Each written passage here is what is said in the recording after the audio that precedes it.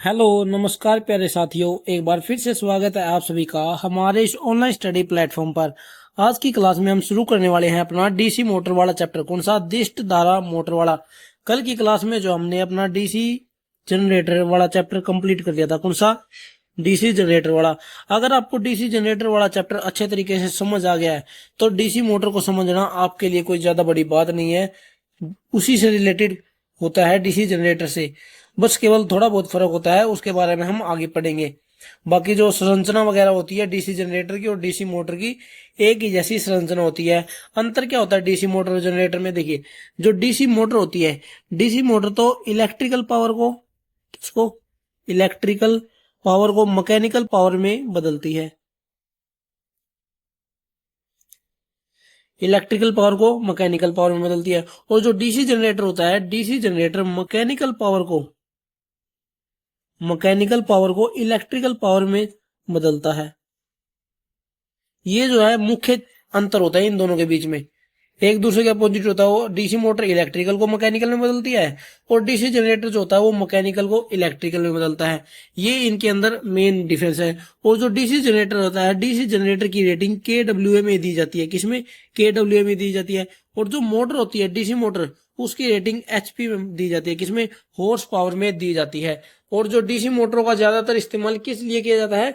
जो इनकी गति होती है उसको आसानी से परिवर्तन किया जा सकता है, यानी कि इनकी गति को आसानी से बदला जा सकता है। इस वजह से डीसी मोटर का ज्यादा इस्तेमाल किया जाता है। और जो इसकी संरचना की बात करें, किसकी? संरचना की। संरचना जो होती है डीसी मोटर और डीसी जनरेटर की जो संरचना वो लगभग समान होती है। अगर किसी मशीन को हम मैकेनिकल पावर देते हैं और इलेक्ट्रिकल पावर लेते हैं तो वो डीसी जनरेटर हो जाता है। और किसी मशीन को अगर हम इलेक्ट्रिकल पावर देकर उससे मैकेनिकल पावर ले ले तो उसको क्या है? हम डीसी मोटर कहते हैं। हम किसी मशीन को डीसी मोटर की तरह भी यूज कर सकते हैं और डीसी उसी मशीन को डीसी जनरेटर की तरह भी कार्य करवा सकते हैं उससे। अब जो डीसी मोटर होती है, डीसी मोटर का जो ढांचा होता है वो बंद प्रकार का होता है। जो ढांचा बनाया जाता है डीसी मोटर का वो बंद प्रकार का होता है। और जो डीसी जनरेटर होता है उसका खुले प्रकार का होता है, यानी कि आंशिक रूप से थोड़ा खुला रहता है। क्यों खुला रखा जाता है? ताकि उसका शीतलन अच्छे तरीके से हो जाए, जो उसकी कूलिंग है वो ज्यादा गर्म ना हो। डीसी जनरेटर को कूलिंग देने के लिए जो है उसके ढांचे को थोड़ा खुला बनाया जाता है, आंशिक रूप से, यानी थोड़ा बहुत ही खुला रहता है। ऐसा नहीं है कि पूरा ही ढांचा खुला बना देते हैं, हल्का सा जो है खुला बनाया जाता है। इतना जो आपको समझ आ गया होगा। अब आगे चलते हैं, इसका समझते हैं वर्किंग प्रिंसिपल। इंपॉर्टेंट क्या होता है किसी भी मशीन का? वर्किंग प्रिंसिपल जानना। अब किसी भी मशीन जो होती है, जो विद्युत चुंबकीय मशीन होती है, उनके अंदर कौन सा लॉ कार्य करता है? फैराडे का लॉ। फैराडे का लॉ कार्य करता है किसी भी विद्युत चुंबकीय मशीन के अंदर। अब जैसे विद्युत चुंबकीय जो मशीनें होती है वो दो प्रकार की होती है। एक तो होती है स्टैटिक मशीनें। कौन सी? स्टैटिक मशीनें। एक होती है रोटेटिंग प्रकार की। अब स्टैटिक मशीनों के लिए विद्युत चुंबकीय का अलग नियम है और रोटेटिंग वालों के लिए अलग बताया हुआ है फैराडे ने। फैराडे ने क्या बताया था स्टैटिक वालों के लिए? कि जो विद्युत चुंबकीय जो फ्लक्स होता है उसको अगर हम रोटेट करा दे, अगर वो विद्युत चुंबकीय जो फ्लक्स होता है वो अगर किसी चालकों को काटे तो वो स्टैटिक मशीनों में प्रयोग होगा। और जो रोटेटिंग वाली मशीनें होती है उसके अंदर क्या होता है कि जो स्थिर चुंबकीय फ्लक्स होता है उसके अंदर जो है चालकों को घुमाया जाता है, तो वो रोटेटिंग वाली मशीन हो जाती है। उनके अंदर कौन सा कार्य करता है? फैराडे का रोटेटिंग वाला लॉ कार्य करता है। और ट्रांसफार्मर के अंदर स्टैटिक वाला। इसलिए जो प्रिंसिपल होते हैं वो दो ही प्रकार के हैं। एक तो फैराडे ने जो दिया है वो स्थिर चुंबकीय वाला, और स्थिर चालक वाला। स्थिर चालक वाला स्टैटिक मशीनों में कार्य करता है, जैसे कि ट्रांसफार्मर हो गया। और गतिक जो चालक होते हैं वो मोटर या फिर जनरेटर में काम लिए जाते हैं। अब देखिए इसका वर्किंग प्रिंसिपल हमें क्या कहता है। जब दो पोलों के बीच, ये कौन से? ये दो पोल है, एक ये साउथ पोल हो गया और ये नॉर्थ पोल हो गया। इन दोनों पोलों के बीच में एक कंडक्टर रखा हुआ है। जैसे एक नहीं होता, ये बहुत सारे होते हैं। अभी ये चित्र में दिखाया हुआ है, जैसे ये हो गया साउथ पोल और ये हो गया नॉर्थ पोल। अब इसके ऊपर क्या है? वाइंडिंग करी जाती है। रोटर के ऊपर, आर्मेचर के ऊपर क्या है? वाइंडिंग कर दी। अब यही चित्र जो है ये ऐसा दिख रहा है। इसमें क्या हमने यहाँ पर सप्लाई दी पहले ब्रूसिस को, ये ब्रूस लगे हुए हैं यहाँ पर। इन ब्रूसेस को हमने बाहर से डीसी सप्लाई दी है। याद रखना, जो डीसी मोटर होती है उसमें हमेशा जो बाहर से सप्लाई दी जाती है वो डीसी ही होती है। अब वो अंदर जाके एसी बने या फिर सीधा डीसी के रूप में ही कार्य करे, वो बाद की बात है। लेकिन जब हम बाहर से जो सप्लाई देते हैं वो डीसी ही होती है हमेशा। हमने यहाँ से डीसी सप्लाई दी, सप्लाई यहाँ पर ब्रूसेस पे गई, ब्रूसेस की हेल्प से जो है वो कम्यूटेटर पर गई। ये क्या है? ये है कम्यूटेटर। यहाँ से क्या है? कम्यूटेटर पर गई। कम्यूटेटर से क्या है? ये आर्मेचर के चालकों में गई। किस में गई? ये आर्मेचर के चालक बने हुए हैं यहाँ पर, ये आर्मेचर के चालक है। अब यहाँ पर जो करंट की दिशा को कौन किस नियम से दर्शाते हैं? इसे क्रॉस से और डॉट नियम से हम दर्शाते हैं। अब जो जहां पर अंदर जब धारा जाती है वहां पर हम क्रॉस लगाते हैं, और जहां से बाहर करंट आता है वहां पर हम डॉट नियम का प्रयोग करते हैं। अब करंट कहाँ है? करंट जा रही है यहां से यहां अंदर की तरफ इसमें, और यहाँ पर इधर से घूम कर ये वापस आ रही है। यहाँ पर क्या है? घूमकर वापस आ रही है। इस जो ये चालक होते हैं इनको क्या बोला जाता है? इनको बोला जाता है current carrying conductor. Current carrying conductor, याद रखना इस बात को। जो ये आर्मेचर के जो चालक होते हैं उनको क्या कहा जाता है? Current carrying conductor. अब जो फैराडे ने हमें क्या बताया कि जब भी किसी मैग्नेटिक फील्ड के अंदर किसी चालक को रखा जाता है, क्या फैराडे ने हमें क्या बताया? जब भी किसी चुंबकीय क्षेत्र में करंट कैरिंग कंडक्टर को रखा जाता है जिसके अंदर विद्युत होती है, तो वो क्या है? वो अपने आप अपने ऊपर एक बल का अनुभव करता है। क्या? एक बल का अनुभव करता है, और उसी बल के कारण जो है ये आर्मेचर घूमता है। आपको समझ आ गया होगा मैंने क्या कहा है? जब भी किसी चुंबकीय क्षेत्र में किसी करंट कैरिंग कंडक्टर को रखा जाता है तो उस करंट कैरिंग कंडक्टर पर एक बल लगता है, एक फोर्स लगता है, ठीक है, जिसे हम टॉर्क भी कहते हैं। क्या कहते हैं? टॉर्क। एक बल लगता है, और उसी बल के कारण जो है ये हमारा आर्मेचर घूमता है। उसी बल के कारण ये आर्मेचर घूमता है। अब इस चित्र में आप ध्यान से देखिए, देखिए यहां पर एक करंट कैरिंग कंडक्टर रखा हुआ है, यहां पर एक करंट कैरिंग कंडक्टर, और इस पर ये मैग्नेटिक फील्ड है। ये इधर से नॉर्थ पोल से साउथ पोल की तरफ जा रही है, नॉर्थ पोल से साउथ पोल की ओर क्या जा रही है? मैग्नेटिक फील्ड जा रही है। अब यहां पर एक फोर्स लग रहा है, ये देखिए ऊपर की ओर, ऊपर की ओर क्या है? एक फोर्स लग रहा है। यानी कि जो ये यहां पर आप समझिए, जो ये कंडक्टर रखे हुए हैं इन कंडक्टर के ऊपर एक फोर्स लग रहा है इधर ऊपर की ओर, जो कि इसको इस दिशा में घुमाते हैं। किधर की ओर? इधर ये क्लॉकवाइज की दिशा में ये घूमने शुरू हो जाएगा, ये जो आर्मेचर होता है। किसके कारण? फैराडे के लॉ के अनुसार ये जो कार्य करता है। इतना जो है आप सभी को समझ आ गया होगा। अब जो इसके ऊपर फोर्स लगता है, अगर इस फोर्स की बात करें, ये फोर्स कितना लगता है वो किस तरीके से निकालते हैं? देखिए F is equal to BIL sine theta, BIL sine theta. B यहाँ पर चुंबकीय क्षेत्र के घनत्व को यानी डेंसिटी को दर्शा रहा है, आई यहाँ पर करंट को दर्शा रहा है, और एल यहाँ पर कंडक्टर की लंबाई को दर्शा रहा है, साइन थीटा यहाँ पर एंगल को दर्शा रहा है। जब हम डीसी जनरेटर पढ़ रहे थे तो डीसी जनरेटर के अंदर कोई फोर्स तो लगता नहीं है, उसके अंदर क्या है? ईएमएफ जनरेट होता है। उसके अंदर कितना ईएमएफ जनरेट होता है? BLV साइन थीटा के अनुसार। इन दोनों में आपको अंतर याद रखना, ये कंफ्यूजन होता है यहाँ पर ज्यादातर बच्चों को। जो फोर्स होता है BIL साइन थीटा, और जो डीसी जनरेटर के अंदर ईएमएफ जनरेट हुआ है उसका कहते हैं BLV साइन थीटा। क्या कहते हैं? BLV sine theta. इतना आपको समझ आ गया होगा। अब क्या है? अभी तो इस पे ये फोर्स ऊपर की ओर लग रहा है। कहां पर लग रहा है? जो ये फोर्स है ऊपर की ओर लग रहा है। अब अगर हमें इसे वो बदलना है, अगर इस फोर्स को हमें नीचे की ओर करना है, अभी कहां पर लग रहा है? ये अभी लग रहा है, अभी जो आर्मेचर घूमेगा वो इधर इस दिशा में घूमेगा। लेकिन अगर हमें इस आर्मेचर को इस दिशा में घुमाना है, यानी कि एंटी क्लॉकवाइज दिशा में अगर हमें घुमाना है इसे, तो वो किस तरीके से हम घुमा सकते हैं? वो हम घुमा सकते हैं आर्मेचर या फिर फील्ड वाइंडिंग के टर्मिनल को बदलकर। वो उससे क्या होगा? जो ये साउथ पोल है, ये जो साउथ पोल है ये नॉर्थ पोल बन जाएगा। हम नॉर्थ पोल इसको बना दे, अगर इसको साउथ पोल बना दे तो क्या है? हम इसके घूमने की दिशा को बदल सकते हैं। क्या कर सकते हैं, इसके घूमने की दिशा को बदल सकते हैं। क्यों? क्योंकि फिर अगर ये नॉर्थ पोल बन गया और ये साउथ पोल बन गया तो जो इसके अंदर मैग्नेटिक फील्ड की दिशा होगी वो इधर से इधर हो जाएगी। क्या हो जाएगी? इधर से इधर हो जाएगी। इसको, इसके जो प्रिंसिपल है उसको मैं अभी बताता हूं। उससे पहले आप सभी को मैं क्या बताऊंगा, फ्लेमिंग का लेफ्ट हैंड रूल। जो यहां पर कंडक्टर घूम रहा है ये किसके अनुसार घूम रहा है? ये फ्लेमिंग के लेफ्ट हैंड रूल के अनुसार घूम रहा है। जो इसकी चालक की घूमने की दिशा है वो किसके अनुसार निकाली जाती है?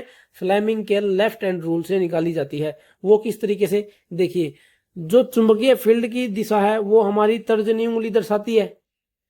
उसमें मैग्नेटिज्म वाले चैप्टर में इसको विस्तार से बताया है मैंने, फिर भी आज मैं दोबारा बता देता हूं। जो इसकी मैग्नेटिक फील्ड है, मैग्नेटिक फील्ड यानी कि चुंबकीय क्षेत्र की दिशा को हमारी तर्जनी उंगली दर्शाती है। और जो ये मिडिल फिंगर होती है ये किसको दर्शाती है?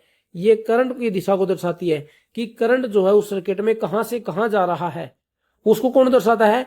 ये मध्यम यानी कि मिडिल फिंगर दर्शाती है।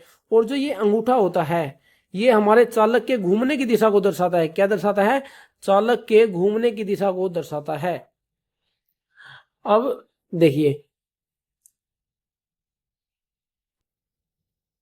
जो ये, एक बार यहां पर मैं थोड़ा क्लियर सा कर देता हूं जिससे आपको अच्छी तरीके से समझ आ जाए।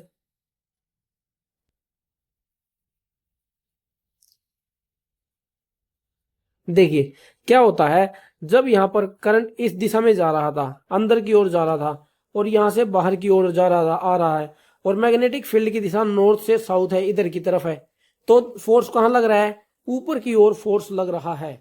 कहां लग रहा है? ऊपर की ओर फोर्स लग रहा है। लेकिन अब जो है अगर हम इसके नॉर्थ और साउथ पोल को बदलना चाहें तो क्या करेंगे?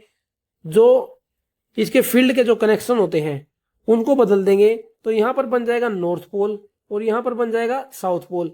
उस कंडीशन में क्या होता है, जो करंट है, करंट अभी भी इधर ही जा रहा है क्योंकि हमने अभी तक करंट को नहीं बदला है।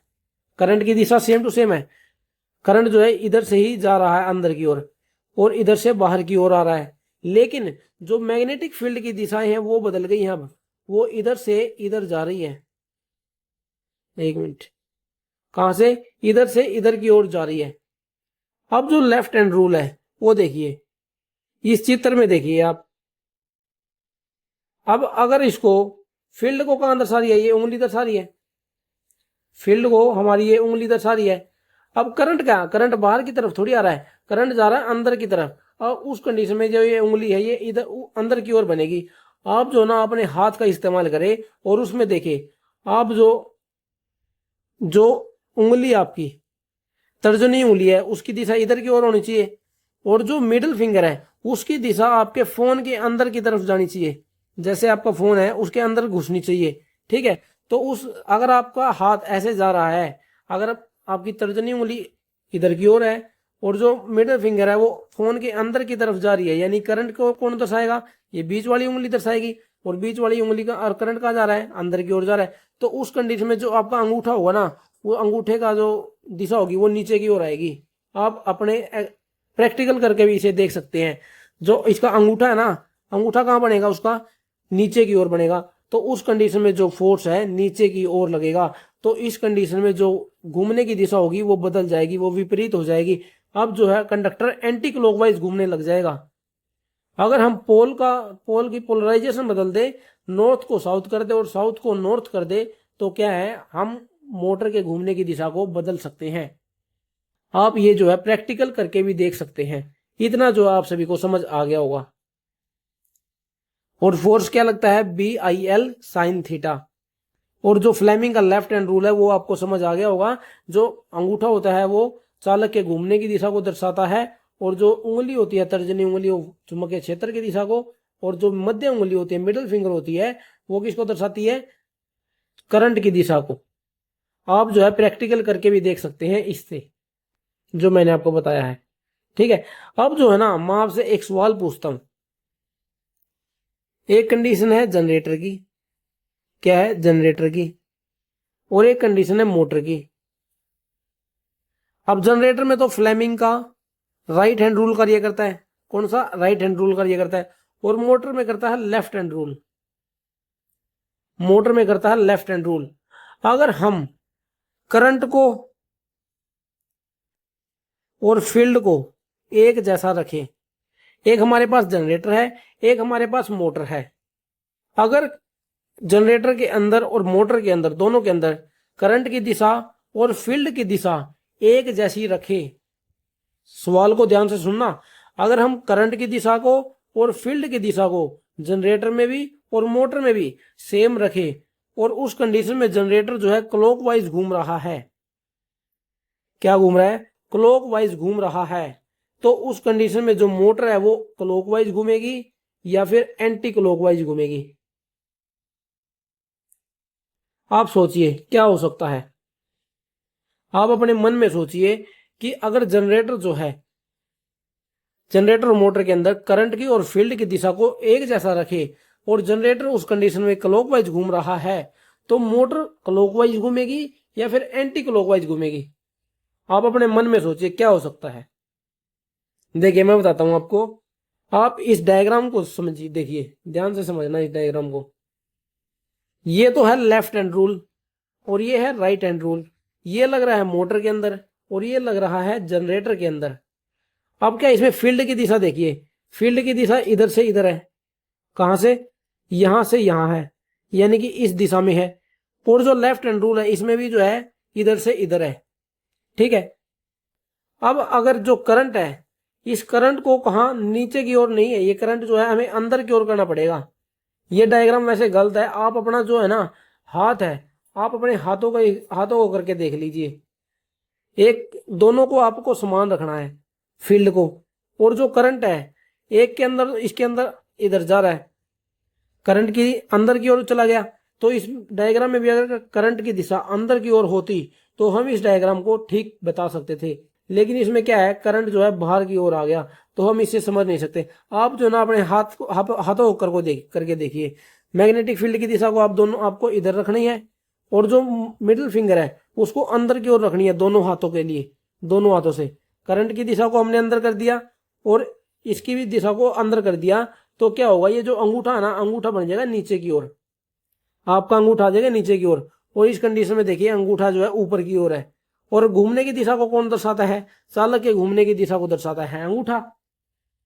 देखिए अगर आपको ना इस डायग्राम में अच्छे तरीके से समझ नहीं आया ना, तो आप अपने हाथों को करके देख लीजिए। आप अपना लेफ्ट हैंड रूल से ऐसे बनाइए और राइट हैंड रूल से भी ऐसे बनाइए।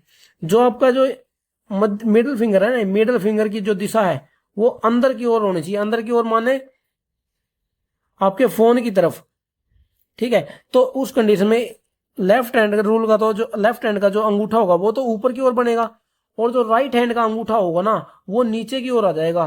कहां हो जाएगा, नीचे की ओर हो जाएगा। तो यहां से हम समझते हैं कि जब भी अगर करंट की दिशा को और फील्ड की दिशा को एक जैसा रखा जाता है और जनरेटर उस कंडीशन में क्लॉकवाइज घूम रहा है, तो मोटर उस कंडीशन में एंटी क्लॉकवाइज घूमती है।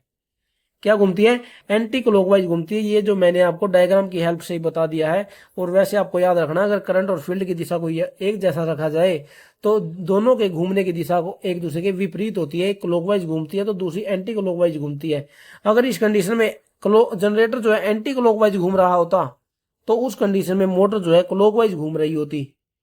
मोटर क्या कर रही होती, एंटी क्लॉकवाइज घूम रही होती। इतना जो आप सभी को समझ आ गया होगा। अब आगे चलते हैं। आगे क्या है, बैक ईएमएफ। बहुत ही इंपॉर्टेंट पॉइंट होता है बैक ईएमएफ। जिस तरीके से एक जनरेटर के अंदर ईएमएफ जनरेट होता है, उसी तरीके से एक एमएमएफ, इसके मोटर के अंदर भी एक ईएमएफ जनरेट होता है, और जिसे हम बैक ईएमएफ की संधि दी गई है, जिसे हम बैक ईएमएफ कहते हैं। इसे हम काउंटर ईएमएफ भी कहते हैं। क्या कहते हैं, काउंटर ईएमएफ। इसे हम बैक ईएमएफ भी कह सकते हैं और काउंटर ईएमएफ भी कह सकते हैं। अब क्या है, फैराडे ने हमें क्या बताया, ये नॉर्थ पोल हो गया, ये साउथ पोल हो गया, ये रोटर हो गया। अब रोटर के ऊपर क्या है, वाइंडिंग की हुई है, रोटर के ऊपर वाइंडिंग की हुई है। अब ये जो मैग्नेटिक फील्ड है, एक मिनट, जो मैग्नेटिक फील्ड है, मैग्नेटिक फील्ड की दिशा इधर से इधर है। अब फैराडे ने हमें क्या बताया, जब भी किसी चुंबकीय क्षेत्र में किसी चालक को घुमाया जाता है तो उस चालक के अंदर क्या है, कि ईएमएफ पैदा होता है। क्या होता है, एक ईएमएफ पैदा होता है। इस चीज को हम काफी बार पढ़ चुके हैं। अब जो है इतनी ऐसा नहीं है कि आपको समझ नहीं आएगा, आपको समझ आ जाना चाहिए कि जब भी किसी चुंबकीय क्षेत्र में किसी चालक को घुमाया जाता है तो उस चालक के अंदर एक ईएमएफ जनरेट होता है, ठीक है। और इस मोटर की कंडीशन में इस ईएमएफ को हम बैक ईएमएफ कहते हैं। क्या कहते हैं?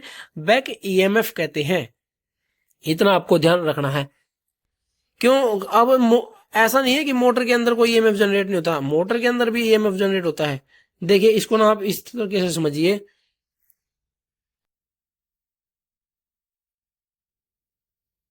यहां पर ये होगी आर्मेचर वाइंडिंग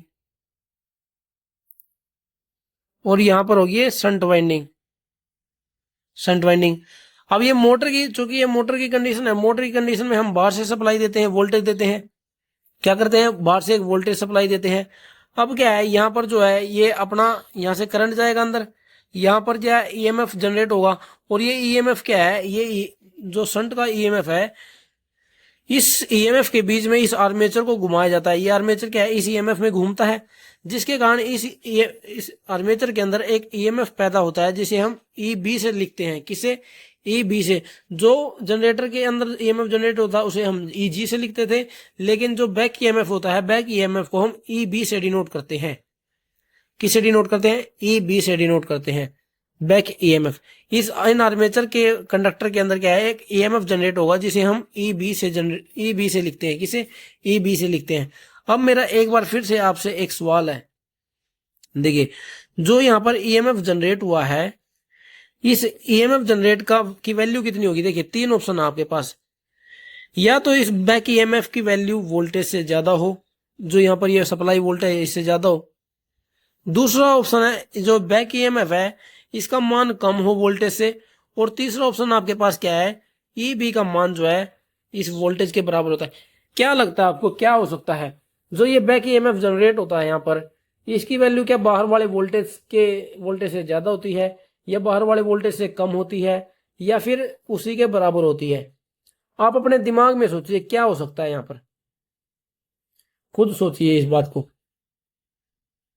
देखिए अगर हम उन बच्चों के लिए पहले ले लेते हैं जो ये सोच रहे हैं कि बैक ईएमएफ का मान जो है वोल्टेज से ज्यादा होगा, क्या होगा?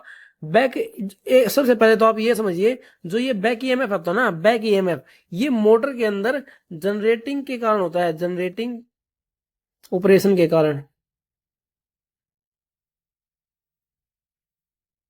या फिर जनरेटिंग एक्शन के कारण। जो बैक ईएमएफ है मोटर के अंदर एक जनरेटिंग एक्शन होता है, एक जनरेटिंग एक्शन होता है जो जनरेटर की तरह कार्य करता है, उसके बिहाफ पे जो है ये बैक ईएमएफ होता है, बैक ईएमएफ जनरेट होता है। अब जो ये बैक ईएमएफ है ये जनरेटिंग क्रिया के कारण हुआ है।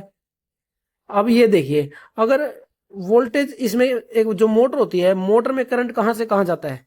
मोटर में करंट इस वोल्टेज सोर्स से लेकर इधर की ओर जाता है। इस बात का तो आप सभी को अच्छे से पता होगा। अब अगर जो कहता है, जो ये जिस बच्चे ने ये मन में सोचा कि बैक ईएमएफ का मान जो है वोल्टेज से ज्यादा हो गया, तो हम मान लेते हैं जो बैक ईएमएफ का मान है 100 वोल्ट है और जो सोर्स वोल्टेज है उसका मान 80 वोल्ट है। तो क्या इस कंडीशन में आप कह सकते हैं कि ये मोटर है? नहीं, क्योंकि आप सभी को पता है जो करंट है वो हाई पोटेंशियल से, यानी कि हाई वोल्टेज से लो वोल्टेज की ओर जाता है। क्या करंट? मैंने आपको बताया हुआ है जो करंट होता है वो हाई वोल्टेज से लो वोल्टेज की ओर जाता है। अब अगर हम पहली कंडीशन को ले तो यहां पर तो 100 वोल्ट हो गया और यहां पर 80 वोल्ट हो गया, तो इस कंडीशन में तो करंट इधर से इधर जाएगा, यानी कि इस आर्मेचर वाइंडिंग से करंट जो है बाहर वोल्टेज सोर्स की तरफ चला जाएगा। तो इस कंडीशन में तो ये जनरेटर की तरह कार्य करने लग जाएगा, मोटर की तरह तो नहीं कार्य करेगा। तो इसलिए जो ये मोटर होती है, मोटर में बैक ईएमएफ का जो मान है वो वोल्टेज सोर्स से कम होता है। क्या होता है? वोल्टेज सोर्स से कम होता है। देखिए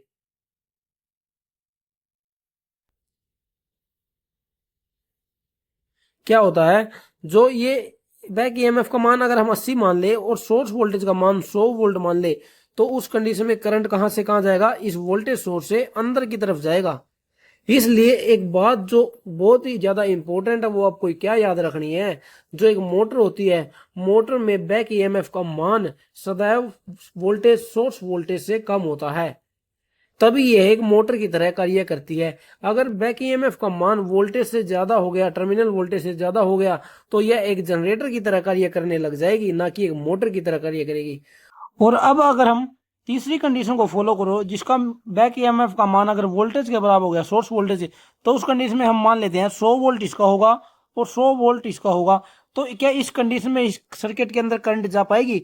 बिल्कुल भी नहीं करंट जा पाएगी, क्योंकि एक किसी भी सर्किट में करंट को फ्लो होने के लिए पोटेंशियल डिफरेंस का मान होना जरूरी है। किसका? पोटेंशियल डिफरेंस का होना बहुत जरूरी है। यानी कि इस सर्किट के वोल्टेज में और इस सर्किट के वोल्टेज में डिफरेंस होना जरूरी है, चाहे वो 2 वोल्ट का ही क्यों ना हो, लेकिन डिफरेंस होना बहुत जरूरी है, तभी इसके अंदर करंट जा पाएगी। इसलिए अगर तीसरा मान अगर हो गया, अगर ये तीसरी कंडीशन फॉलो हो गई किसी सर्किट में, तो उस सर्किट में क्या है, उस करंट का मान 0 हो जाएगा। क्या हो जाएगा? करंट का मान 0 हो जाता है। इस बात का आपको ध्यान रखना है। अब अगर हम इसकी बात करें, इसके बैक ईएमएफ के मान किस पर निर्भर करता है वो देखिए जो इसका फॉर्मूला होता है बैक ईएमएफ निकालने का, वो क्या होता है? EB is equal to N P five Z upon 60A। वही सेम टू सेम है जो कि उसमें होता है, जनरेटर में होता है। उसमें केवल क्या अंतर होता है, यहाँ पर बी की जगह जी लगा देते हैं।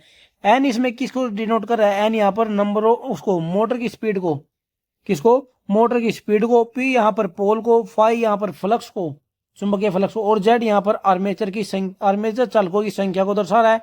ओ ए यहाँ पर समांतर पथों की संख्या को दर्शाता है। किसको? समांतर पथों की संख्या को दर्शाता है। और अगर समानुपाती की बात करें तो ई जो बैक ईएमएफ समानुपाती होता है फ्लक्स के, क्योंकि जब एक मोटर को बना दिया जाता है तो उसके केवल फ्लक्स में ही परिवर्तन किया जा सकता है। देखिए, ना तो उसके चालकों में कोई फर्क आ सकता है, ना उसके समांतर पथों की संख्या में कोई अंतर आएगा, ना ही पोल में कोई अंतर आता है। इसलिए जब एक मोटर बनाई जाती है तो उस मोटर के केवल बैक फ्लक्स में ही परिवर्तन हम ला सकते हैं। इसलिए जो बैक ईएमएफ का मान है वो समानुपाती होती है फ्लक्स के। बैक ईएमएफ का मान किसके समानुपाती होता है? फ्लक्स के समानुपाती होता है। इस बात का आपको ध्यान रखना है। अब जो है, अब आगे हम समझते हैं बला गुणन, यानी कि टॉर्क क्या होता है। टॉर्क जो है मोटर में एक घूर्णन बल होता है। क्या होता है? यह एक घूर्णन बल होता है मोटर के अंदर, जो किसी वस्तु या पिंड को अपने अक्ष के चारों ओर घुमाता है। क्या करता है? अपने अक्ष के, यानी कि अपनी हर एक एक्सिस जो होती है उसकी, उसके चारों ओर घुमाता है किसी भी एक घूर्णीय वस्तु को। जैसे कि हम एक डायग्राम से इसको समझते हैं। देखिए, मान लेते हैं ये एक रोटर है, ये रोटर का सेंटर पॉइंट है। अब इस सेंटर पॉइंट से इसकी हर एक अक्ष पर ना एक फोर्स लगता है, इसके यहाँ पर रेडियस पर, ये इसका रेडियस होता है। और इस पे इसके एक 90 डिग्री के एंगल पर, कितने पर? 90, एक मिनट, इसके इधर 90 डिग्री के एंगल पर एक फोर्स लगता है। इसकी कोई भी अक्ष पर आप उठा लीजिए, उसकी 90 डिग्री के एंगल पर एक फोर्स लगता पाएगा। चाहे आप इस वाली अक्ष की बात करें, इस पे भी इधर एक फोर्स लगेगा। इसकी बात करें, इसके 90 डिग्री पर एक फोर्स लगेगा। इसकी बात करें अगर, यहाँ पर ये अक्ष है, इसके भी एक 90 डिग्री के अक्ष पर एक फोर्स लगता है, और इस फोर्स को हम टॉर्क कहते हैं। क्या कहते हैं? टॉर्क कहते हैं। और ये 90 डिग्री के एंगल पर लगता है, और यह एक घूर्णन बल होता है। क्या? जो किसी वस्तु को घुमाता है। देखिए, मान लीजिए यहाँ पर एक बॉक्स रखा हुआ है, इस बॉक्स को एक व्यक्ति है जो इधर से धक्का लगा रहा है। क्या? इधर से इधर धक्का लगा रहा है, और इसको धक्का लगाकर ये इधर लेकर आ गया। क्या? इधर लेकर आ गया इस बॉक्स को। तो ये कौन सा फोर्स हो गया? ये हो गया लीनियर फोर्स। Linear force. और जब भी किसी हम घूमने वाली मशीन की बात करते हैं तो वहां पर हम लीनियर फोर्स की बात नहीं करते हैं। आपने हमेशा देखा होगा हम टॉर्क की बात करते हैं, क्योंकि टॉर्क जो होता है वो घूर्णन बल होता है। हम इस फोर्स की बात नहीं करते हैं। हम मोटर के या फिर जनरेटर की कंडीशन में हम एक टॉर्क की बात करते हैं। किसकी? टॉर्क की बात करते हैं। इस चीज से आप समझ सकते हैं, ये तो लीनियर फोर्स था, एक चीज, एक वस्तु को एक जगह से दूसरी जगह ले गई। लेकिन यहाँ पर टॉर्क है, यानी कि रोटेटिंग फोर्स की बात हो रही है। किसकी? रोटेटिंग फोर्स की। जब इसकी हर एक अक्ष पर फोर्स लगेगा तो ये क्या है, यहाँ पर इस फोर्स लगने के कारण ये इधर इस दिशा में घूमना शुरू कर देता है। क्या कर देता है? ये जो आर्मेचर होता है ये घूमना चालू कर देता है। और जो ये टॉर्क है, टॉर्क को हम टी से लिखते हैं। किसे? टी से डिनोट करते हैं। और इस टॉर्क का फॉर्मूला क्या होता है? टॉर्क का फॉर्मूला होता है force into radius. Force into radius, कितना फोर्स लग रहा है और कितने रेडियस पर लग रहा है। और देखिए जितना ज्यादा रेडियस होगा ना उतना ही ज्यादा टॉर्क लगेगा। क्या? उतना ही ज्यादा टॉर्क होगा। अब अगर हम मान लेते हैं इसके रेडियस इतना होता, केवल क्या होता, इसका रेडियस इतना होता, क्या इस जगह पर ज्यादा टॉर्क लगता? नहीं, इसका रेडियस ज्यादा है, इसलिए जो इस पर फोर्स, ये टॉर्क ज्यादा होगा। इसका रेडियस ज्यादा होने के कारण इसका टॉर्क ज्यादा होगा। अब जो टॉर्क होता है ना, मोटर की कंडीशन में दो तरीके का टॉर्क होता है। एक तो होता है आर्मेचर टॉर्क, एक होता है शाफ्ट टॉर्क। पहले आर्मेचर टॉर्क को समझते हैं। आर्मेचर टॉर्क क्या होता है? आर्मेचर के सभी चालकों पर, आर्मेचर के सभी चालकों में उत्पन्न हुआ कुल टॉर्क आर्मेचर टॉर्क कहलाता है। और जो आर्मेचर टॉर्क है इसको हम किससे डिनोट करते हैं? टी ए से डिनोट करते हैं, टी ए से। और जो डीसी मोटर में इसमें जो मोटर होती है इसके अंदर जो उत्पन्न जो टॉर्क होता है उसी को हम आर्मेचर टॉर्क कहते हैं। उत्पन्न कौन सा होता है टॉर्क? आर्मेचर टॉर्क होता है। और जो शाफ्ट टॉर्क होता है, कौन सा? जो शाफ्ट का टॉर्क होता है वो आर्मेचर द्वारा उत्पन्न टॉर्क का कुछ अंश हानियों में के कारण नष्ट हो जाता है। मान लीजिए इसके ऊपर कोई टॉर्क उत्पन्न हुआ है आर्मेचर के अंदर, अब कुछ लॉस होते हैं एक मोटर के अंदर घूमने के कारण। वो किसी चीज से अगर घर्षण करेगा रोटर, तो क्या है, उस वजह से उसमें कुछ लॉस हो जाते हैं, मैकेनिकल लॉस वगैरह, जिसमें स्ट्रे हानियां होती हैं। उस स्ट्रे हानियों के कारण कुछ लॉस हो जाता है और कुछ टॉर्क का उसमें नुकसान हो गया। तो जो टॉर्क बचा है, उपयोगी टॉर्क होगा, वो शाफ्ट को उपलब्ध होता है। यानी कि वो जो बचा हुआ टॉर्क है वो शाफ्ट को मिलता है और उसी बचे हुए टॉर्क को हम शाफ्ट टॉर्क कहते हैं। क्या कहते हैं? शाफ्ट टॉर्क कहते हैं। अब जो एक मशीन होती है, एक मोटर, उसकी जो उसकी रेटिंग दी जाती है ना, वो टॉर्क के हिसाब से दी जाती है, किसके? टॉर्क के हिसाब से दी जाती है। और वो कौन सा टॉर्क होता है? वो शाफ्ट टॉर्क होता है। किसा? शाफ्ट टॉर्क होता है वो, जिसे एक मोटर की रेटिंग दी जाती है। ठीक है। अगर 735.5 से गुणा कर देंगे, 735.5 से अगर हम गुणा कर दें तो वो कौन सी होगी? वो कहलाती है हमारी मीट्रिक टॉर्क, वो मीट्रिक वाट, मैट्रिक वाट। और अगर 746 वाट से गुणा कर देते हैं एक एचपी को, अगर वाट से कह रहा हूं, अगर 746 से गुणा कर देते हैं किसे, अगर 746 से गुणा कर देते हैं वो ब्रिटिश वाट बन जाती है। मेरे कहने का ये मतलब है कि अगर एक एचपी को 735.5 से गुणा कर देंगे तो वो क्या है, वाट में निकल कर आ जाएगी। यानी कि अगर एचपी से हम अगर ये वाट में कन्वर्ट करेंगे तो 735.5 से कन्वर्ट करने पे वो मैट्रिक प्रणाली में आ जाती है। और अगर 746 से अगर हम एक एचपी को गुणा करेंगे तो क्या है, वो ब्रिटिश प्रणाली में आ जाती है। और अगर टॉर्क की बात करें ना, टॉर्क जो होता है, टॉर्क जो होता है वो समानुपाती होता है किसके? फाई और आई ए के। यानी कि एक मिनट, जो टॉर्क होता है वो किसके समानुपाती होता है? फ्लक्स के, फील्ड फ्लक्स के, याद रखना, फील्ड फ्लक्स के और आर्मेचर करंट के। बहुत ही ज्यादा इंपॉर्टेंट पॉइंट है ये।